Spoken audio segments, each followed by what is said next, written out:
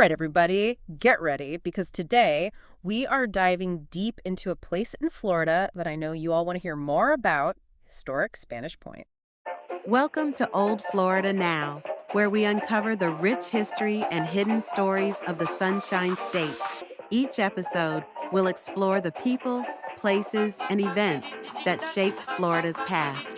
Let's dive in. We are so excited to have you here to talk about this amazing site. I'm so excited to learn more about this place. I was reading that people have been living in this part of Florida for like 5,000 years.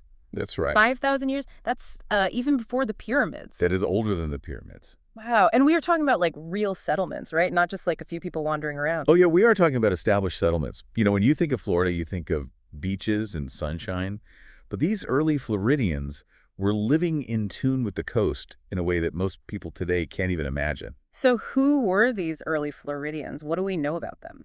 Well, they were a group of indigenous people known as the Minnesota culture, and they were really good at utilizing all that Florida had to offer. Okay. I mean, they really lived off the sea. And that's where we get these giant shell mounds or middens. Yeah, I was reading about those. Like, how big are we talking here? Well, some of them are huge, like up to 20 feet high. Whoa. Yeah, and they're made entirely of shells. Oysters, clams, whelks, you name it. So it's like their trash turned into historical treasure. Exactly. Like, can you imagine how much seafood they must have been eating? That's a feast for the ages right there.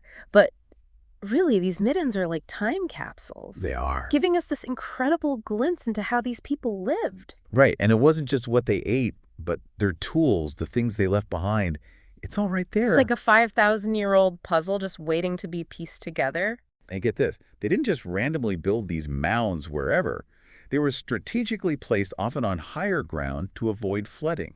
Wow. So they were already thinking about sustainability way back then. Exactly. It's amazing how resourceful they were. Talk about being ahead of their time, right? Yeah.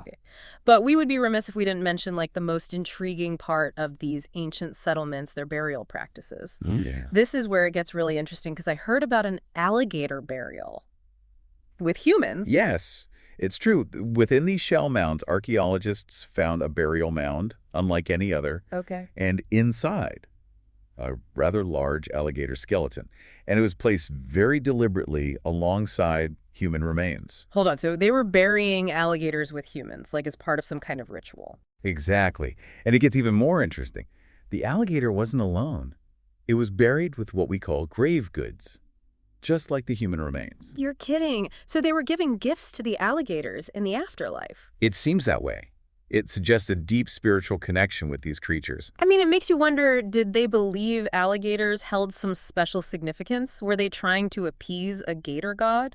We can only speculate.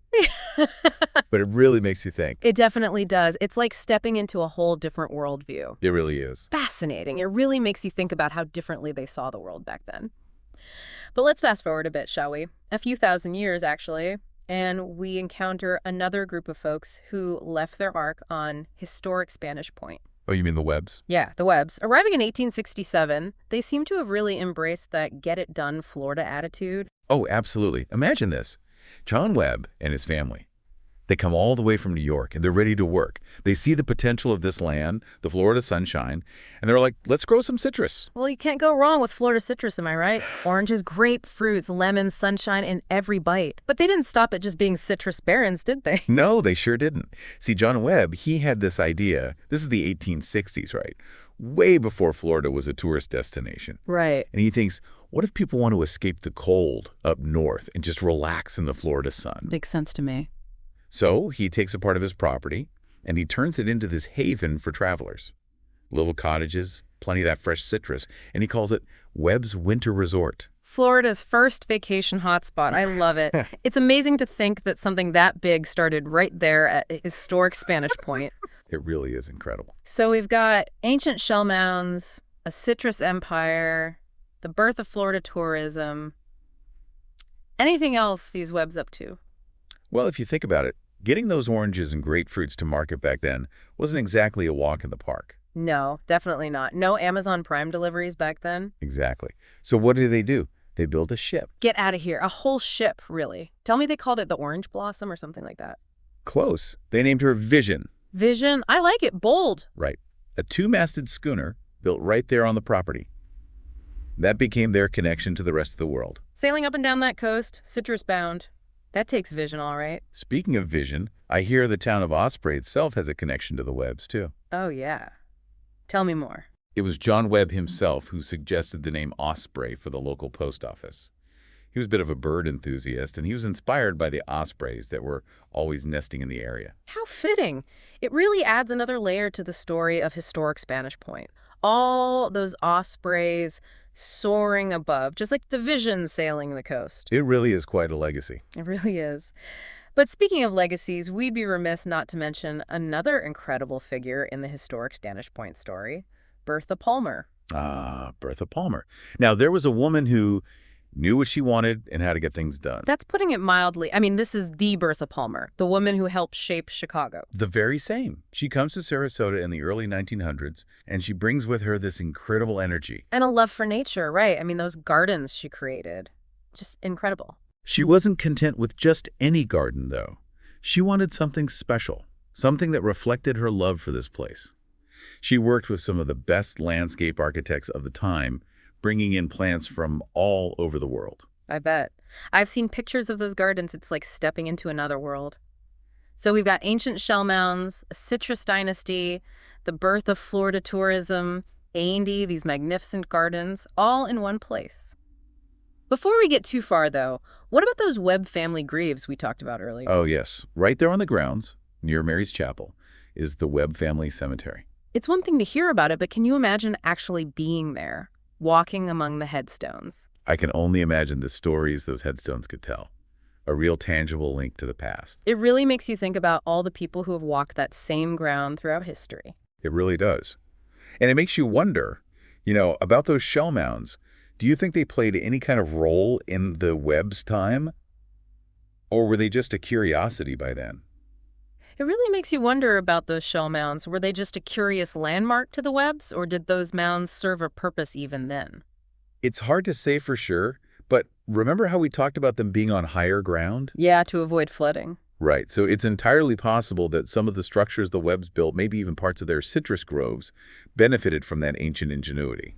You're saying those mounds might have still been providing some protection from flooding, even centuries later? It's possible. Wow. Makes you wonder if the Webbs ever stopped and thought about the people who came so long before them. The ones who figured out how to really live in harmony with this environment. It really does. It speaks to a theme we see a lot at Historic Spanish Point. Yeah.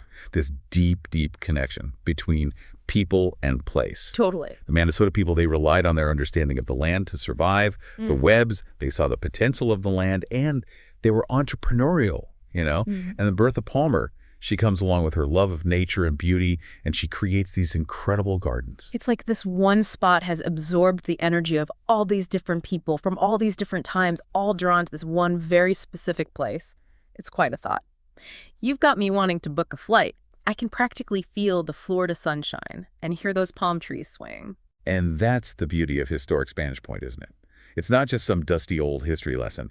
It's a living, breathing testament to the power of place. And who knows, maybe you'll go there and be inspired to look at your own surroundings differently, see the history hidden all around you. I love that. All right, well, this has been quite a journey. From ancient burial rituals to pioneering entrepreneurs and those stunning, stunning gardens. It's just a small taste of what's out there, really. It certainly is. Well said. To everyone listening, if you ever find yourselves down in Florida, maybe craving a little escape from the everyday, do yourself a favor and make a stop at Historic Spanish Point. It'll be an experience you won't forget. Until next time, keep exploring, keep asking questions, and we'll see you on our next deep dive. Thanks for listening to Old Florida Now. Stay tuned for more stories from the Sunshine State's past. Until next time.